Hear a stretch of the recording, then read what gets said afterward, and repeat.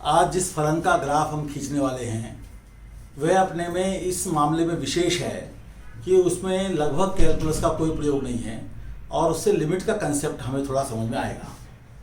तो जिस फलन की बात हम करने जा रहे हैं वो है y = sin 1/x। आप इसे fx भी कह सकते हैं। तो आप देख सकते हैं कि अगर मैं x जगह पर -x रखूं तो माइनस बाहर आ जाएगा, तो f - x - fx हो जाएगा, यानी दिया गया फलन विषम हो जाएगा। इसका मतलब यह है कि अगर कोई ग्राफ इधर ऐसे बन रहा है तो वो ग्राफ इधर ऐसे बनेगा, ताकि इसकी जो है एक तरह से ओरिजिन में इमेज, या ये समझ लीजिए पहले इसकी इमेज इधर ले लीजिए और फिर इधर ले लीजिए, या पहले इसकी इमेज इधर ले लीजिए और फिर एक्स एक्सिस में ले लीजिए। तो इसे हम कहते हैं इमेज इन ओरिजिन या सिमेट्री इन अपोजिट क्वाड्रेंट्स। अब हम देखना चाहेंगे तीन विशेष मान साइन के, कब तो ये 0 हो रहा है, कब ये 1 हो रहा है और कब ये -1 हो रहा है।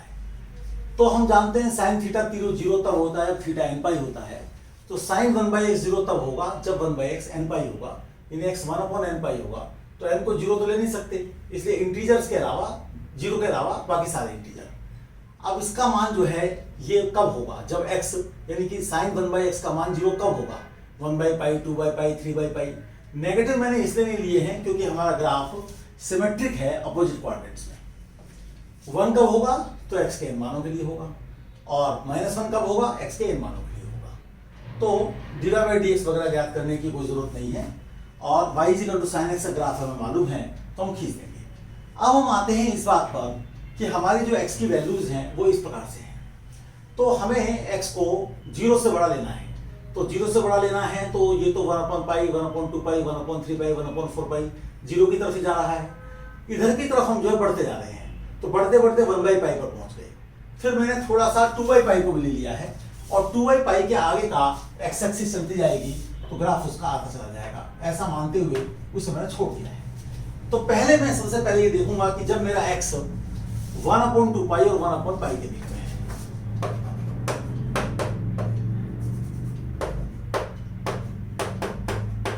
यानी मैं इस पोर्शन की बात कर रहा हूं यहां से यहां तक की, तो इसका मतलब है कि 1/x जो होगा वो मेरा इसके बीच में होगा। इधर उल्टा होकर पाई आ जाएगा, इधर उल्टा होकर 2π आ जाएगा। और साइन 1/x जब ये थर्ड और फोर्थ क्वाड्रेंट है तो नीचे की तरफ जाएगा, और ये वैल्यू मैंने यहां से यहां तक की 1/π ली, यानी 1/3 है, तो 1 लगभग इतना बड़ा होगा, -1 लगभग इतना बड़ा होगा, नीचे की तरफ आएगा। तो मैंने नीचे एक हल्की सी लकीर खींच दी कि इससे नीचे मुझे नहीं जाना है, इससे ऊपर मुझे नहीं जाना है, तो ये ग्राफ मैंने बना दिया। फिर हम जब x को 1/3π और 1/2π के बीच में लेंगे तो 1/x 2π और 3π के बीच में आ जाएगा, तो ग्राफ ऊपर आ जाएगा। आप देखेंगे बीच के गैप लगातार कम होते जा रहे हैं। ऐसे ही 1/4π और 1/3π के बीच में, ऐसे 1/5π और 1/4π के बीच में, ऐसे 1/6π ये पॉइंट 1/6π है और 1/5π के बीच में ग्राफ खींचेंगे। इधर भी ग्राफ फिर बहुत पतले होते चले जाएंगे और इनफाइनाइटली मेनी टाइम्स ये ऊपर नीचे होगा। अब चूंकि मैं 1/π की बात करना चाहता हूं, तो मैं अगर x को लूं 1/π से बड़ा और 2/π से छोटा, तो 1/x मेरा π से छोटा हो जाएगा और π/2 से बड़ा हो जाएगा। तो इसमें हमें मालूम है कि हमारा ग्राफ जो है वो 0 से 1 के बीच में रहेगा, और 2/π पर वो 1 आएगा, यानी कि जब 1/x π/2 होगा। तो इस पर हाइट 1 हो गई और ये इधर आ गया। अब जब हम x को बड़ा ले रहे हैं 2/π से, तो इसका मतलब 1/x को हम छोटा ले रहे हैं, 0 से तो बड़ा ले रहे हैं और छोटा ले रहे हैं π/2 से।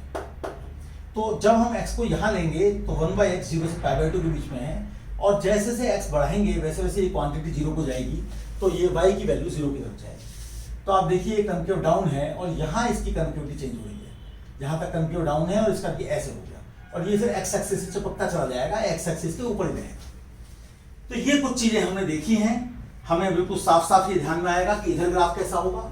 तो जैसा चित्र यहाँ बन रहा है वैसे चित्र यहाँ बनेगा, यहाँ ऐसे आएगा, फिर ऐसे आएगा, फिर ये ऊपर नीचे होगा, तो ये हमारा y एक्सिस के लेफ्ट में होगा। ये हम देख सकते हैं कि जो अधिकतम मान है वो 1 है, न्यूनतम मान -1 है। हम ये देख सकते हैं जो इसके जीरोज हैं वो नेगेटिव में भी हैं, पॉजिटिव में भी हैं, और वो पास पास होते चले जा रहे हैं, उनकी कोई सीमा नहीं है, उनकी संख्या अनंत है। ये बात हम यहाँ से देख सकते हैं।